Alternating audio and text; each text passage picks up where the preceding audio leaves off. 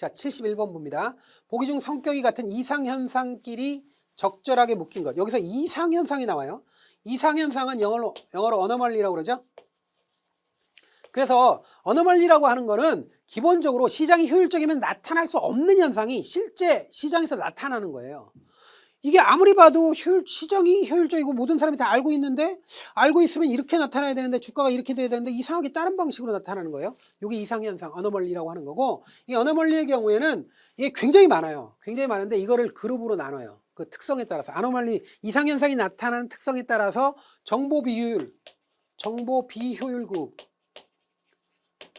정보 비효율 그룹으로 이렇게 나누거나, 상대적 저가주 그룹으로 나누거나, 상대적 저가주 그룹으로 나누거나, 아니면 수익률 역전 그룹, 수익률의 역전, 거꾸로 뒤집히는 현상, 역전 현상이 나타나는 역전 그룹으로 나누거나, 이렇게 돼요. 이렇게 되는데, 여기서 안타깝게도 이걸 시험에 낸단 말이에요. 시험에 내니까 어쩔 수 없이 다음 중 뭐 성격이 상대적 저가주 그룹으로 묶인 건 뭐냐, 그 그룹끼리 묶인 건 뭐냐, 역전, 수익률 역전 그룹으로 묶인 건 뭐냐, 뭐 이런 식으로 문제를 낸다는 거죠. 근데 이게 좀 째째하잖아요. 근데 그렇게 나는 걸 어떡합니까? 그래서 할 수 없이 해야 되는데, 자, 이때 요령은 뭐냐면 상대적 저가주 그룹은 두 개밖에 없어요. 두 개. 그래서 저 PER, 저 PBR이에요. 저 PBR. 요거 두 개. 요 효과. 저 PER 효과, 저 PBR 효과. 요 두 개가 상대적 저가주 효과 그룹이에요. 요 두 개는 그냥 묶여 있으니까 요거는 기억하기 좋고요. 그 다음에 이제 역전 그룹은요, 수익률 역전 현상은 저 베타 효과라는 게 있어요. 저 베타 효과. 저 베타 효과라는 거 말고, 무조건 다 역전이란 말 들어가요. 역전 현상, 역전 효과, 이런 말 나와요. 역전 현상, 역전 효과가 나오는데, 뭐 장기 수익률 역전 현상이라든지, 잔차 수익률 역전 현상이라든지, 고유 수익률 역전 현상이라든지, 역전이란 말 들어가요. 그럼 수익률 역전 그룹이에요. 그래서 저 베타 효과하고 무슨 역전 현상 이런 거 나오면 이건 역전 그룹이에요. 수익률 역전 그룹. 아시겠죠? 그래서 그냥 머릿속으로 그렇게 암기하셔야 돼요. 그리고 나머지는 정보 비율이에요. 정보 비율은 5개, 6개 돼요. 이게 많아요. 근데 이게 대표적인 게 1월 효과라는 게 있어요. 1월 효과. 1월 효과라는 게 있고, 그 다음에 뭐가 있냐면 참 잘 나오는 게 소형주 효과, 이런 거. 소형주 효과. 물론 이거 말고도 있지만 이 두 개가 대표적인 거예요. 시험에 잘 나오는 게. 지문에 잘 나오는 게. 1월 효과, 소형주 효과, 이런 거는 정보 비율 그룹에 들어가는 거고, 그 다음에 상대적 저가주 그룹에 들어가는 게 저 PBR, 저 PER, 저 PBR. 근데 역전 현상 그룹, 역전 그룹이라고 하면 저 베타 효과 말고는 전부 다 역전자 들어간다. 이렇게 알아놓으시면 돼요. 자, 그러면 보세요. 이상현상끼리 적절하게 묶인 것 보는데, 저 PER 효과는 뭐예요? 요거는 상대적 저가주 그룹이죠. 상대적 저가주 그룹. 고유 수익률 역전 나왔죠. 역전 그룹이죠. 저베타 역전이죠. 이거 역전이요. 이거 두 개가 역전이네요. 그 다음에 1월 효과는 이건 뭐예요? 이건 정보 비율이잖아. 정보 비율 그룹인데, 요거는 뭐 하나씩인데 요건 두 개가 그룹으로 돼 있으니까 요 두 개를 찾는 거겠죠. 그래서 니은하고 디귿이 돼야 되겠죠. 니은 디귿 요거죠. 그래서 3번이 정답입니다. 근데 이건 안타깝게도 암기를 해야 되기 때문에 조금 안타까운 얘기입니다. 가급적이면 암기하는 것보단 조금 그 이론적인 거 이런 것 좀 나왔으면 좋겠는데, 가끔가다 이렇게 암기하는 것도 출연을 하니까 대비는 하셔야 됩니다. 다음 문제 보죠. 72번 전술적 자산 배분 나옵니다. 전술적 자산 배분은 전략적 자산 배분하고 비교해서도 아주 잘 나오죠. 그리고 이 전술적 자산 배분, 전략적 자산 배분이 안 나오면 조금 이상해요. 좀 중요한 내용이죠. 일단 전략적, 전술적을 비교하는 거가 이거 하나씩 묻는 것보다 더 많이 나오는 편인데, 전략적 자산 배분을 SAA 이렇게 얘기하죠. 약자로 Strategic Asset Allocation. 전술적 자산 배분은 Tactical Asset Allocation 이렇게 얘기합니다. 그러니까 SAA, TAA 이렇게 얘기해요. 전략적, 전술적 이렇게 얘기해요. 전략적 자산 배분은 중장기적 의사결정이에요. 중장기적 의사결정이고, 얘는 단기적 의사결정이다 이렇게 얘기할 수 있고요. 그 다음에 전략적 자산 배분은 소극적 관리가 기본적으로 맥락이 같아요. 그 다음에 얘는 적극적 전략이에요. 적극적 전략이다 이렇게 얘기할 수 있고요. 그다음에 이제 전략적 자산 배분은 기본적으로 장기적인 의사결정으로서 시장이 효율적이기 때문에 내가 투자 분석을 뭐 열심히 할 필요 없는 거예요. 일단 자산 구성 비율을 한번 정해놓으면 장기적으로 끝까지 가는 거 이런 걸 얘기하기 때문에 기본 전제는 뭐냐면 시장이 효율적이라고 보는 거예요. 효율적인 시장으로 보는 거고 그러다 보니까 자산 구성, 자산 배분 자체가 중요해요. 처음에 자산 배분하는 게 중요해요. 그래서 이 자산 배분할 때는 효율적 자산 구성을 위해서 효율적 투자기회선이라는 걸 이용해요. 그러니까 이 효율적 투자기회선을 efficient frontier라고 하는데 효율적 투자기회 집합, 투자기회 집합 또는 투자기회선. 여러분들 이게 효율적 투자기회선을 efficient frontier라고 합니다. 영어로 efficient frontier. 이걸 이제 프론트가 앞에 있는 거기 때문에 효율적 전선이라고도 합니다. 가장 앞에 있는 선이다 그래서 효율적 전선이라고 하는 거예요. 그래서 효율적 전선, 그래서 효율적 투자기회선, 효율적 투자선 다 같은 말이에요. 영어로 효율적 프론티어를 efficient frontier를 번역한 거예요. 그러니까 이런 말 나오면 그냥 전략적 자산 배분이에요. 잘 모르면 전략적 자산 배분에 해당하는 거구나 이렇게 알아놓으시면 돼요. 그러니까 이런 것들이 이론적 배경이니까 이렇게 알아놓으시면 되고 그다음에 이제 전술적 자산 배분에서는 더 중요한 용어가 나오는데 역발상 전략 또는 역투자 전략이 나와요. 역투자 전략. 그럼 역투자 전략이라는 게 뭐냐? 내용이 역투자 전략의 내용이 뭐냐 이거지. 이건 뭐냐면 저가 매수 고가 매도. 여러분들 머릿속에 확 집어넣어야 돼요. 저가 매수 고가 매도. 저가 쌀 때 사고 고가 매도 비쌀 때 파는 거예요. 이게 되게 중요해요. 다시 저가 매수 쌀 때 사서 비쌀 때 판다. 싼 거 사고 비싼 거 판다. 꼭 기억해야 돼요. 거꾸로 하면 안 됩니다. 거꾸로 하면 안 돼요. 그래서 역투자 전략이 가능하려면 역투자 전략이 가능한 것이 기본적으로 뭐냐 이거예요. 뭐냐면 왜 역투자가 가능하냐면 시장이 불안전해서 그래요. 시장이 왜 불안전하면 증권시장에서는 기본적으로 과잉 반응하고 평균 반전이 일어나거든요. 과잉 반응. 과잉 반응과 착오 현상이 나타나. 착오가 나타나고 그리고 이게 평균적인 가격으로 다시 수렴하는 성격이 있어요. 이거 평균 반전이라고 해요. 이런 용어가 난무합니다. 그래서 이 과잉 반응이라는 게 주가가 이렇게 가야 되는데 이게 너무 오버한다는 거죠. 오버할 때 이게 고평가되면 매도하고 저평가될 때 매수해야 돼요. 고평가 매도, 저평가 매수가 가능한 거예요. 즉 시장이 불안전하고 과잉 반응을 일으키니까 역투자 전략이 가능한 거예요. 그래서 이런 것들을 꼭 기억해야 돼요. 그 다음에 이제 전략적 자산 배분은 장기적으로 안정적인 수익률을 요구하기 때문에 목표 수익률이 시장 평균 수익률이에요. 시장 수익률, 시장 평균 또는 시장 수익률, 시장 평균 수익률 이걸 원하고요. 얘는 초과 수익률 원해요. 초과 수익률, 초과 수익률이 목표예요. 그러니까 시장을 뛰어넘는 초과 수익률을 목표로 한다. 이런 것들은 머릿속에 확 들어가 있어야 됩니다. 확 아주 기본적인 거니까. 자, 그래서 그 평균 반전, 과잉 반응, 이거 지금 전술적 자산 배분과 관련되는 내용이니까 이런 것들 용어로 알아놓으세요. 자, 먼 것이니까 틀린 거 고르는 겁니다. 1번 자산 집단의 가격이 평균 반전 과정을 따른다. 평균 반전 나왔어요. 평균 반전, 과잉 반응, 무슨 뭐 차고 이런 거 나오면 전술적 자산 배분과 관련돼요.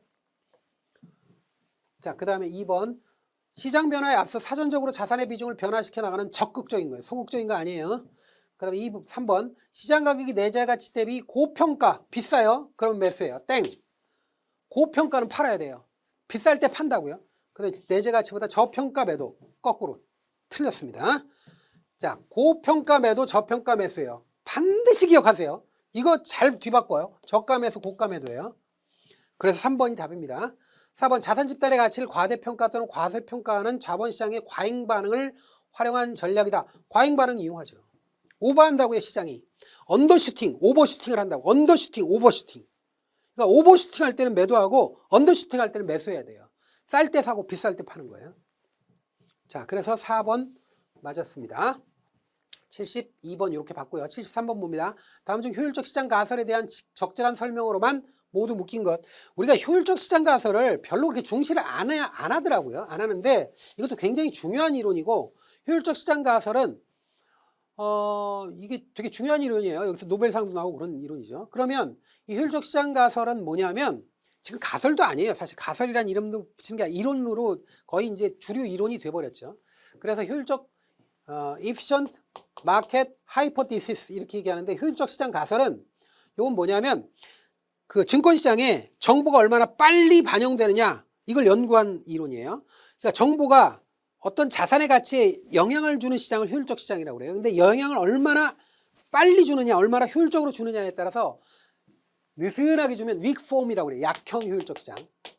weak form, 그 다음에 weak form 마켓이에요. 그러니까 약형 효율적 시장이에요.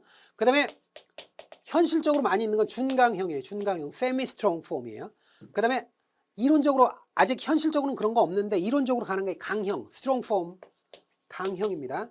그러면 자, 정보가 효율적 시장 가서는 정보가 현재의 어떤 가치에 present value, 현재 가치에 어떻게 자산 가치에 어떻게 영향을 주느냐, 정보가 가치에 얼마나 영향을 주느냐 하는 건데 그 정보가 과거 정보가 모든 가치에 다 반영돼 있으면 약형 효율적 시장이에요. 과거 정보가 100% 반영돼 있으면. 준강형은 현재 공표된 정보, 현재 공표되는 정보가 현재 가치에 다 반영돼 있으면 준강형이고, 모든 정보가 과거, 현재, 미래 모든 미공개 발표 정보까지 싹 다 모든 정보가 다 현재 가치에 반영되면 강형 효율적 시장이라는 거예요. 그래서 약형 효율적 시장에서는 과거 열심히 분석해봐야 초과이는 얻을 수 없어요. 왜냐하면 과거는 현재 가치에 다 반영돼 있으니까. 과거 분석하는 대표적인 기법이 기술적 분석이거든요. 근데 기술적 분석은 과거의 가격이나 과거의 거래량을 가지고 토대로 해서 분석하는 건데, 기본적 분석으로는 초과 이윤을 얻을 수 없어요. 초과 이윤을 얻을 수 없어요. 왜? 기술적 분석은 과거 정보를 토대로 하는 거잖아요. 과거는 이미 반영돼 있으니까. 그 다음에 준강형 효율적 시장은, 준강형은 뭐냐면 현재 발표되는 정보가 현재 가치에 순식간에 반영되니까 현재 아는 정보 가지고, 남이 아는 정보 가지고는 돈을 못 벌어요. 초과이윤이 없다, 그런 의미고, 강형은 모든 정보, 어떤 정보를 가지고 누구라도 초과이윤을 얻을 수 없습니다. 그래서 이게 이제 효율적 시장 가설이에요. 자, 그러면 그거에 대한 핵심적인 내용을 주로 해서 여러분들이 이제 보셔야 되는데, 일단 보겠습니다. 지금 맞는 거 찾는 거죠? 적절한 설명, 맞는 거. 기억, 강형 효율적 시장 가설에 의하면 기술적 분석은 아무런 가치가 없다. 맞죠? 기술적 분석 해봐야 돈 못 번다고요. 그 다음에 약형 효율적 시장, 기술적 분석은 아무런 가치가 없다. 맞아요. 그 다음에 니은, 준강형 효율적 시장 가설에 의하면 종목 선정 시 공개된 정보를 활용해 이익을 얻을 수 없다. 공개된 정보는 공표된 정보잖아요. 공표된 정보는 현재 가치에 다 반영돼 있으니까 공표된 정보 아무리 분석해봐야 공개된 정보 가지고는 돈을 벌 수가 없죠. 이익을 얻을 수 없어요. 니은 틀렸습니다. 3번, 강형 효율적 시장 가설에 의하면 기업에 대해 알려진 정보는 주식 분석에 도움이 되지 않는다. 이거 맞네요. 강형 효율적 시장은 모든 정보가 다 현재 가치에 반영돼 있으니까 정보 분석해봐야 아무 소용 없습니다. 그 다음에 리을, 효율적 시장 가설은 패시브 운용을 반대하는 근거. 이거 아니에요. 이거 좀 알아놓으셔야 되는데, 패시브 운용이 아니라 액티브 운용이에요.